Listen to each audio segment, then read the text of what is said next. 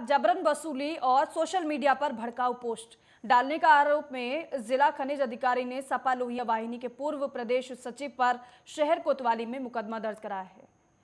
Police को audio और WhatsApp Facebook post की सारी जानकारी दी गई है। जिला खनिज अधिकारी शैलेंद्र सिंह ने तहरीर देकर यह बताया है कि 29 अगस्त की रात 9:39 पर मोबाइल पर व्हाट्सएप कॉल आई। कॉल करने वाले व्यक्ति ने अपना नाम योगेश बताया। उसने कहा कि एक ऑफिस खोल रहा है जिसमें फर्नीचर और इन्वर्टर की ज़रूरत है, जिसकी व्यवस्था कर दी जाए। और इसके बाद उसी मोबाइल नंबर से 6 बार कॉल की गई, लेकिन उन्होंने जवाब नहीं दिया। 31 अगस्त को व्हाट्सएप पर प्रश्नवाचक चिन्ह लगाकर मैसेज भेजा गया। तहरीर में यह भी बताया गया है कि सोशल मीडिया में व्हाट्सएप और फेसबुक के माध्यम से कई आपत्तिजनक पोस्ट और वीडियो प्रसारित किए गए हैं। आरोप यह भी लगाया गया है कि षड्यंत्र के तहत प्रदेश सरकार की छवि को धूमिल किया जा रहा है। लगातार पोस्ट किए जाने से न सिर्फ मानसिक आघात पहुंचा है, बल्कि सामाजिक प्रतिष्ठा भी धूमिल हुई है।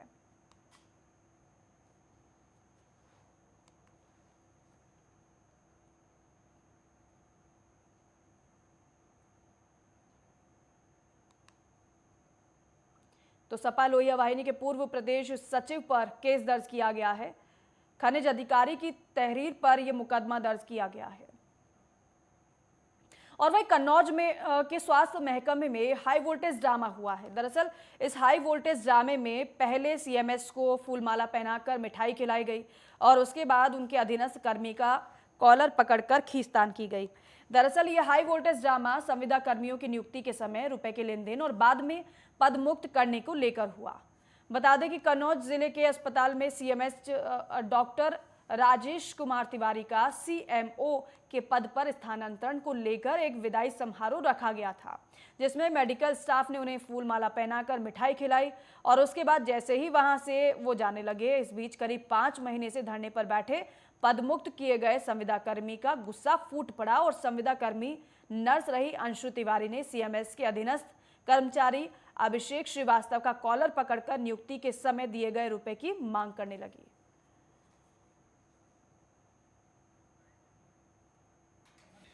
आज सीएमएस का आज ट्रांसफ़र हुआ, इनका प्रमोशन हो गया है और हम लोगों को इन्होंने 6 महीने पहले निकाला हुआ था। तो हम लोग धरने पे बैठे 6 महीने से और तब से सांसद विधायक सबके पास जा चुके हैं। सबने आश्वासन दिए, सबके आश्वासन झूठे निकले। किसी का आश्वासन किसी ने अपना पूरा नहीं किया। और गुप्तार घाट से लेकर धर्मनगरी अयोध्या तक करीब 10 किलोमीटर की दूरी तक हाई टेक क्रूज चलाया जाएगा और इस क्रूज को बनाने में करीब 9 करोड़ रुपए की लागत आने का अनुमान लगाया जा रहा है। दरअसल ये क्रूज देश का पहला सोलर क्रूज होगा, जिसका नाम रामायण क्रूज रखा गया है। इस क्रूज को बनाने के लिए नाबार्ड ओशियन इलेक्ट्रिफाइड कंपनी को हायर किया गया है।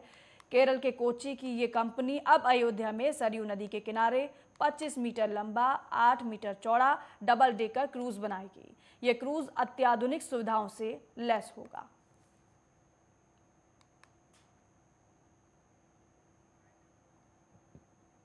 बिल्कुल, इसमें जो हम लोग जो क्रूज चलाने की बात चल रही है, माननीय मुख्यमंत्री जी की भी पहले से ये रही है कि इसमें चलाया जाए क्रूज।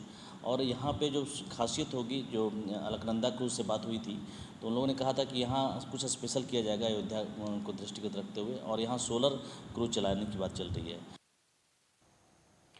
और खबर अब चित्रकूट से है, जहां जुए के अड्डे पर छापा मारने गई पुलिस को देखकर 2 जुआरी नदी में कूद गए और इसी दौरान नदी में कूदने पर एक जुआरी की मौत हो गई। इसके बाद पुलिस ने शव को कब्जे में लेकर पोस्टमार्टम के लिए भेज दिया है। लेकिन साथ ही साथ आपको यह भी बता दें कि ये मामला जो है वो शहर कोतवाली क्षेत्र के मछली मंडी भैरव पागा मोहल्ले का है, जहां दिन दहाड़े चंदन रैकवार नाम का व्यक्ति नालबंद जुआ खिला रहा था, जिसकी शिकायत ग्रामीणों ने पुलिस से की थी। इसके चलते पुलिस ग्रामीणों की शिकायत पर छापेमारी करने के लिए पहुंची थी। फिलहाल पुलिस अब मामले में कार्रवाई के लिए जुटी हुई है।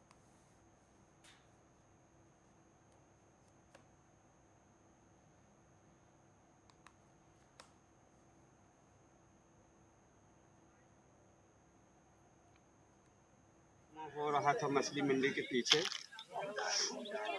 पुलिस फोर्स उनको खदेड़े, वो भागे और नदी में कूद गए। 1.5 से 2 घंटे लगभग हो गए। अभी तक उनको कोई पता नहीं चला, न कोई अभी गोताखोर आए न कुछ। ये दिनांक 2 सितंबर को ये हमें अपहरान ये सूचना प्राप्त हुई कि एक व्यक्ति अनिल कुमार 22-23 वर्ष का लगभग उम्र था, वो नदी में डूब गया। कल से सर्च ऑपरेशन चल रहा है। आज उनके पिता की तरफ से तहरीर प्राप्त हुई है कि वो वहाँ अपनी रिश्तेदारी में गए थे और शौच के दौरान जो है वो नदी में डूब जाने से उनकी मृत्यु हुई। पंचायतनामा करके पोस्टमार्टम कार्रवाई की है। और अब वक्त हो गया एक और छोटे से ब्रेक का।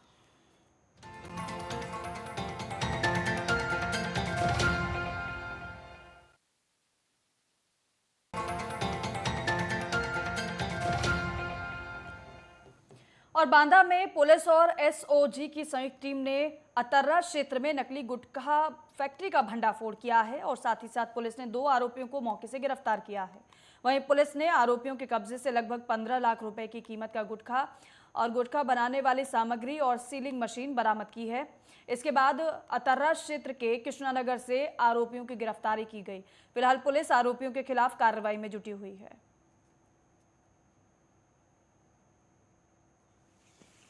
अतर्रा अंतर्गत प्रभारी निरीक्षक अतर्रा और एसओजी की संयुक्त टीम ने एक नकली अवैध गुटखा बनाने की फैक्ट्री का भंडाफोड़ किया है।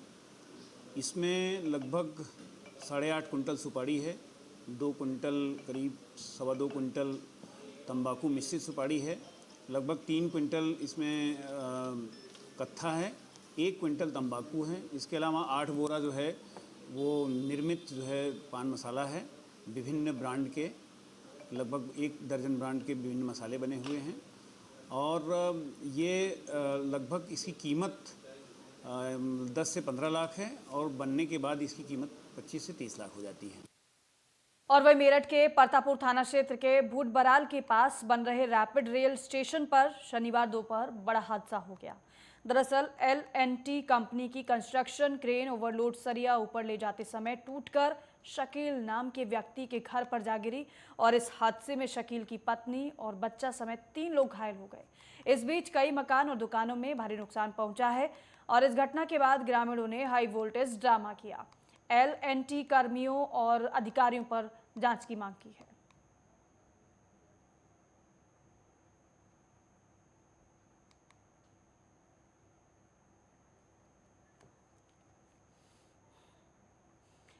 बदायूं के उसैहर थाना क्षेत्र के रिजौला गांव में अपनी रिश्तेदारी में आए युवक की ग्रामीणों ने जमकर पिटाई कर दी।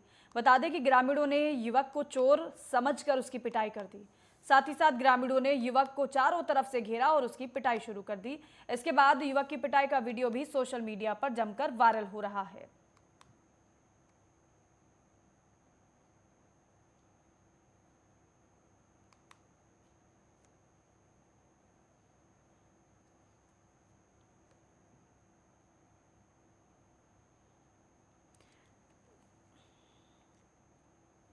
और वहीं ग्रेटर नोएडा के थाना बीटा 2 पुलिस को बड़ी सफलता मिली है। पुलिस ने एक बाइक गैंग का खुलासा कर 2 आरोपियों को गिरफ्तार किया है, जिनके पास से 14 बाइक बरामद हुई है। जानकारी यह है कि ये चोर काफी समय से ग्रेटर नोएडा और NCR में सक्रिय थे, जो कि बाइक चोरी कर उनके पार्ट्स को सस्ते दाम पर बेच दिया करते थे।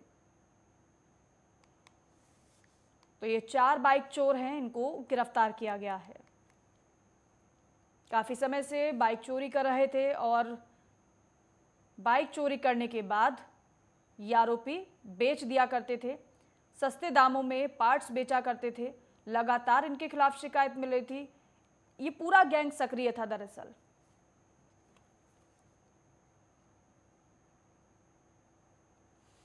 मैनपुरी में दलित युवक के अपहरण के बाद हत्या का मामला अब तूल पकड़ता जा रहा है। परिजनों ने सभी आरोपियों की गिरफ्तारी और सुरक्षा की मांग को लेकर हाईवे जाम कर दिया, जिसके बाद मौके पर पहुंची पुलिस परिजनों को समझाने बुझाने के प्रयास में जुटी हुई नजर आई। 24 घंटे पहले दलित युवक का घर से अपहरण कर लिया गया था, जिसके बाद परिजनों ने घटना की तहरीर भी पुलिस को दी थी, लेकिन शाम को ही युवक का शव भी पुलिस को बरामद हो गया। पुलिस ने मामले में अपहरण और दलित उत्पीड़न और हत्या की धाराओं में 4 नामजदों के खिलाफ मामला दर्ज कर 3 आरोपियों की गिरफ्तारी भी कर ली है। लेकिन बता दें कि इस घटना में पुलिस की बड़ी लापरवाही सामने आई है, जहां थाना पुलिस ने अपहरण के बाद युवक की बरामदगी के प्रयास देरी से शुरू किए, तो वहीं पुलिस अधीक्षक कमलेश दीक्षित से भी मृतक युवक की पत्नी मदद की गुहार लगाने उनके कार्यालय पहुंची थी और बिलक बिलक कर रोते हुए मदद की गुहार लगाई थी। हालांकि एसपी मैनपुरी कमलेश दीक्षित ने कार्रवाई का आश्वासन भी दिया था।